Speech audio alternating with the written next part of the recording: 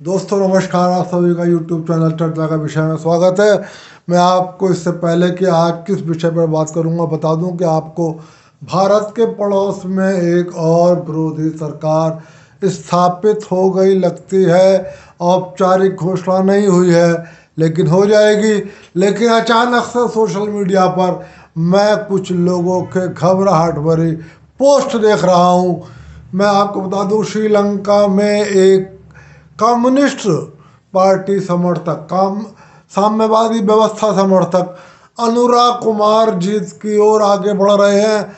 औपचारिक घोषणा शायद होने ही वाली है या हो चुकी हो, और काफ़ी लोग उससे निराश हैं। हाँ, ये बात सही है कि वो भारत विरोधी साबित हो सकते हैं ये नहीं कहूँगा, हो सकते हैं, लेकिन घबराने की ज़रूरत नहीं है। इससे पहले हमने बहुत सारे ऐसे दौर देखे हैं जब भारत के पड़ोस में तो भारत विरोधी सरकारें आई ही हैं।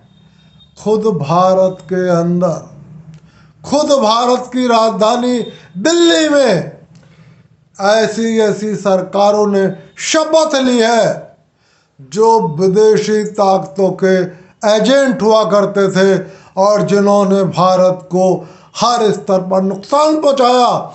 लेकिन भारत की एजेंसियां, भारत की जनता इन सारे षड्यंत्रों को विफल करने में, भारत की कोई ना कोई राजनीतिक ताकत इन सारे राजनीतिक षड्यंत्रों को विफल करने में किसी न किसी समय पर कामयाब हुई है और आज भारत एक मजबूत स्थिति में खड़ा है। इसलिए अनुराग कुमार की जीत से निराश होने की जरूरत नहीं है। भारत के अंदर एक ऐसी सरकार है, एक ऐसा व्यक्ति प्रधानमंत्री है जो आपदा में भी अवसर ढूंढ लेता है। विश्वास करो अपनी सरकार पर। लेकिन आज बात करूंगा भारतीय जनता पार्टी पर। कौन होगा भारतीय जनता पार्टी का अध्यक्ष? दोस्तों, 1980 के बाद से 2022 तक 11 लोग भाजपा के राष्ट्रीय अध्यक्ष रह चुके हैं। अटल बिहारी वाजपेयी एकमात्र ऐसे राष्ट्रीय अध्यक्ष थे जो बाद में प्रधानमंत्री भी बने। वर्तमान राष्ट्रीय अध्यक्ष जेपी नड्डा, जिन्हें नरेंद्र मोदी और अमित शाह की कठपुतली माना जाता है और जिनके कार्यकाल में भारतीय जनता पार्टी का बहुत पतन हुआ,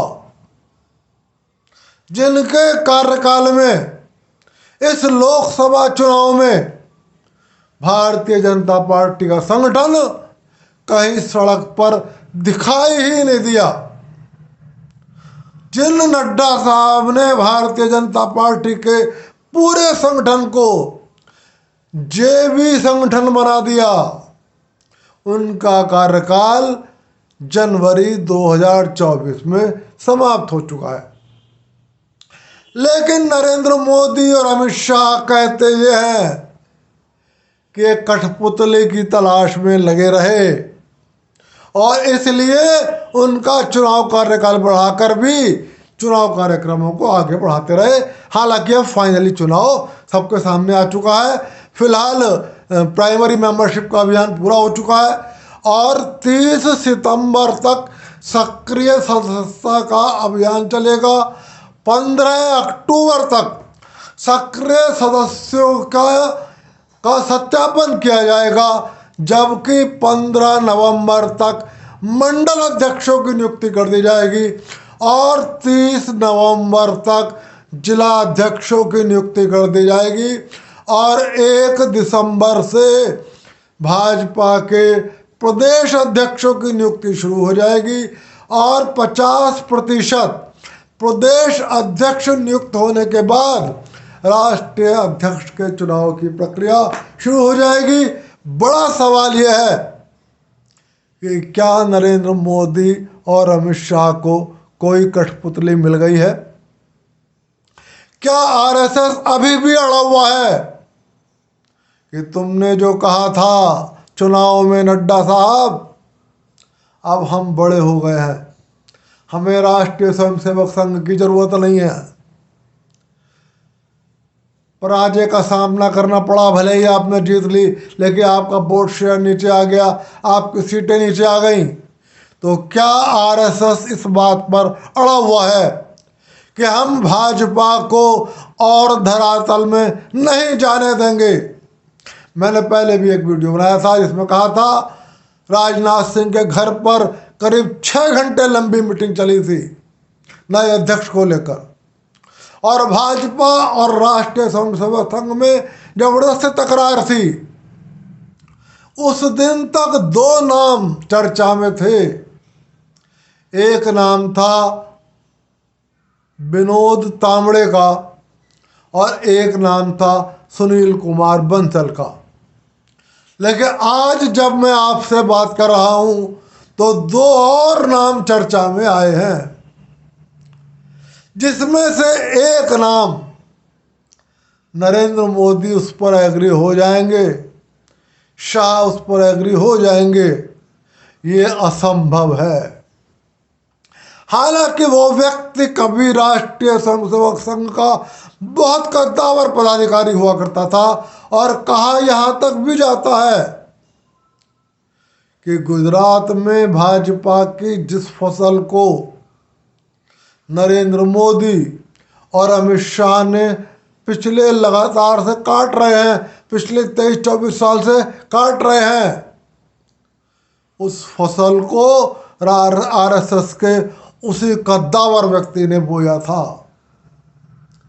लेकिन जब नरेंद्र मोदी गुजरात के मुख्यमंत्री थे, इनके उससे मतभेद हुए और उसके खिलाफ एक सीडी अभियान उछाला गया, एक अश्लील सीडी का संबंध उनसे जोड़ा गया, उनकी प्रतिष्ठा का हनन हुआ, वो पर्दे के पीछे चले गए। राष्ट्रीय स्वयंसेवक संघ ने उनको भाजपा से वापस ले लिया, लेकिन जब वो सीडी लैब में गई तब ये पता लगा कि वो सीडी ओरिजिनल नहीं थी, सीडी में छेड़छाड़ की गई थी, सीडी को एडिट किया गया था, यानी कि उनको बदनाम करने का प्रयास किया गया था। मैं नाम नहीं ले सकता, लेकिन सारे मीडिया ने यह आशंका व्यक्त की थी कि ये बदनामी कराने वाले कोई और नहीं, मोदी जी और अमित शाह थे, और आरएसएस का उस कद्दावर नेता का नाम था, उस कद्दावर पदाधिकारी का नाम था संजय जोशी। दोस्तों जी हाँ, अब 2 नए नाम चर्चा में हैं। एक महाराष्ट्र के वर्तमान उप मुख्यमंत्री देवेंद्र फडणवीस और दूसरा नाम संजय जोशी, अब ये नई चर्चा में आया। और समाचार यह है कि राष्ट्रीय स्वयंसेवक संघ इन दोनों नामों पर सहमत है। अब सहमति का दरवाजा भाजपा को खोलना है। सवाल यह है कि क्या नरेंद्र मोदी और अमित शाह संजय जोशी से अपनी अदावत को भूल गए हैं? और दूसरा एक प्रश्न यह भी है कि यदि संजय जोशी को फिर से अध्यक्ष बनाया जाता है, मतलब फिर से नहीं, पहली बार फिर अध्यक्ष बनाया जाता है, तो कहीं कांग्रेस पार्टी या और विरोधी दल अब उस सीडी का नाम लेकर नए अध्यक्ष को बदनाम करने का प्रयास तो नहीं करेंगे। दोस्तों, संजय जोशी के बारे में व्यक्तिगत रूप से कहा जाता है कि वो बिल्कुल साफ लाइन के आदमी हैं। उनकी नीतिगत पकड़ बहुत मजबूत है। वो सबका साथ, सबका विश्वास में इधर उधर भटकते नहीं हैं। उनको अच्छी तरह पता है वोट कौन देगा, किसका विश्वास हमें जीतना है, चुनाव में साथ कौन देगा, तो हमें किसको लाभ पहुंचाना चाहिए। कहते हैं संजय जोशी की इस मामले में बहुत साफ पकड़ है। हालांकि मैं व्यक्तिगत रूप से कोई इस बात का दावा नहीं कर सकता क्योंकि मैं नहीं जानता, लेकिन जितना मैंने उनके बारे में पढ़ा है और जितना उनके बारे में सुना है। लेकिन ये डाउट है कि उस समय भले ही भाजपा में ना करा हो अमित शाह ने, ना करा हो मोदी जी ने, हो सकता है किसी और ने किया हो, लेकिन अब उनको यदि अध्यक्ष बनाया जाता है तो भारतीय जनता पार्टी के विरोधी कांग्रेस पार्टी या और दल उस सीडी को सामने लाके जनता के बीच में संजय जोशी और भारतीय जनता पार्टी की छवि को खराब कर सकते हैं।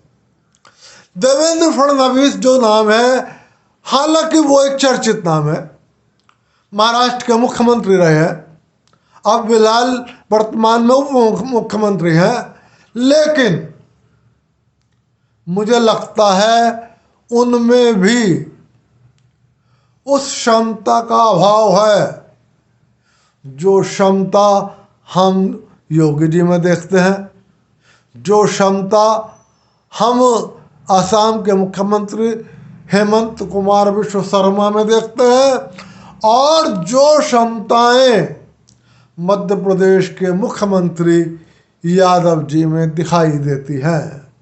मैं ये नहीं कह रहा इन तीनों को अध्यक्ष बनाइए, लेकिन राष्ट्रीय अध्यक्ष की नीति साफ होनी चाहिए।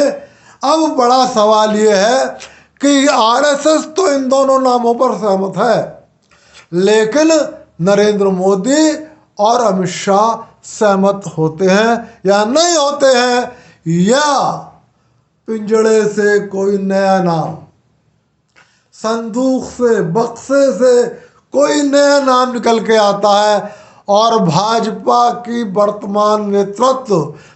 का वर्तमान नेतृत्व मोदी जी, जिनकी जनता को चौंकाने की आदत है, क्या वो फिर जनता को चौंकाएंगे? हम सिर्फ यही उम्मीद कर सकते हैं कि जेपी नड्डा जैसा कोई व्यक्ति भाजपा का दोबारा अध्यक्ष ना बने। यदि फिर कोई जेपी नड्डा भारतीय जनता पार्टी का अध्यक्ष बन गया तो आने वाले समय में कांग्रेस को सत्ताओं में आते हुए देखते हुए आप लगातार देखेंगे कांग्रेस को कोई रोक नहीं पाएगा। जेपी नड्डा ने भारतीय जनता पार्टी को बिल्कुल धरातल में डाल दिया। इसलिए मैं सिर्फ ये कहूँगा, एक यूट्यूबर के नाते, भाजपा के किसी सिंपथाइजर होने के नाते नहीं, एक यूट्यूबर होने के नाते, कि भाजपा ऐसे अध्यक्ष की तलाश करे जो नीतिगत रूप से जिसके मन में साफ हो कि किसको पकड़ना है, किसका समर्थन करना है, किसका वोट मिलेगा और किसका वोट लेना है। और ऐसा व्यक्ति जो आपके बूथ कार्यकर्ता को भी पहचानता हो, जो आपके मंडल अध्यक्ष को भी पहचानता हो, जो आपके जिला अध्यक्ष और प्रदेश अध्यक्ष को भी पहचानता हो, ना कि कमरों में बैठकर, आलीशान कमरों में बैठकर सिर्फ बड़े बड़े नेताओं के साथ मीटिंग करता हो। दोस्तों, देखते हैं अगला भाजपा का अध्यक्ष कौन होगा।